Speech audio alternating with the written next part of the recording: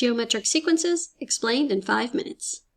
A geometric sequence is a series of terms or a list of numbers in which there is a constant ratio or a multiplying pattern between each term.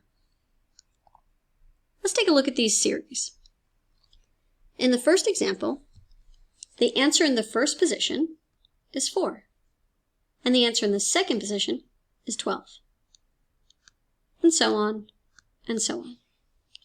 In order to find the constant ratio between two terms, you simply take any number in the sequence and divide it by the number before it.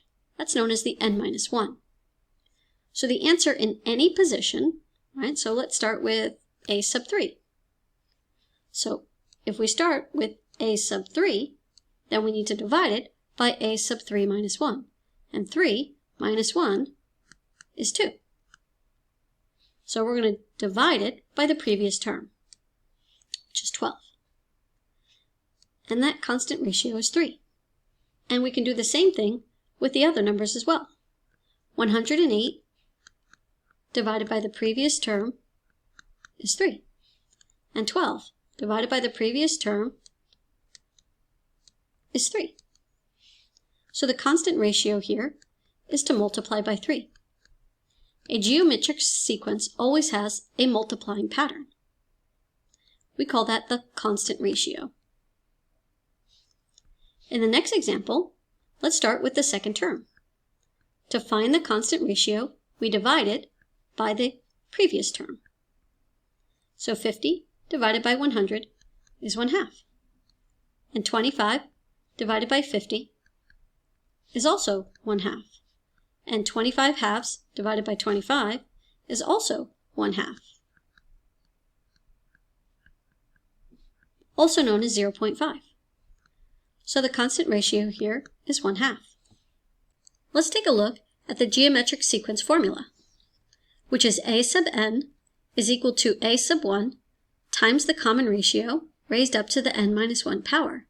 And just like an arithmetic sequence, you have to know what a sub 1 means and what r means. So a sub 1, just like in an arithmetic sequence, is the first term in the series. And in our case, the letter r represents the common ratio, or the pattern that we find between each term. So again, to recap, in order to use the geometric sequence formula, you need to know the first term in the sequence, and you need to know the common ratio. So, using these first 4 terms of a sequence, let's see if we can use this explicit formula to find the 11th term. So to fill in this formula, I'd have to identify the answer in the first position, which in our case is 10.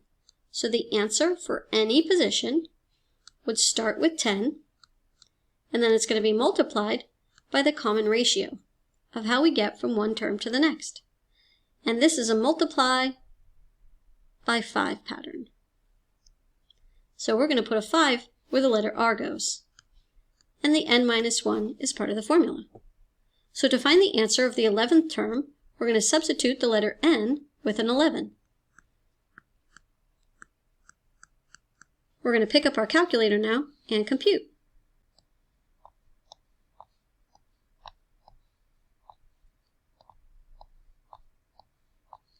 So we're going to type 10, parentheses, 5, raised up to the power of 11 minus 1.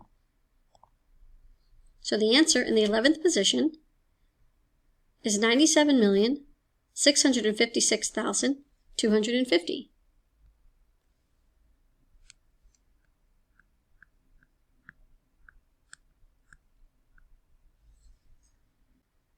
Let's try this one more time. The first 3 terms of a sequence are 24, 12, and 6. They want us to find the 6th term. So we know that a sub 1 is 24. Now we need to find the common ratio. Again, if you're not sure how to find it, you take any value in the sequence and divide it by the term before it. So 12 divided by 24 is 1/2. Or we could start with 6 and divide it by the term before it. And we get the same ratio.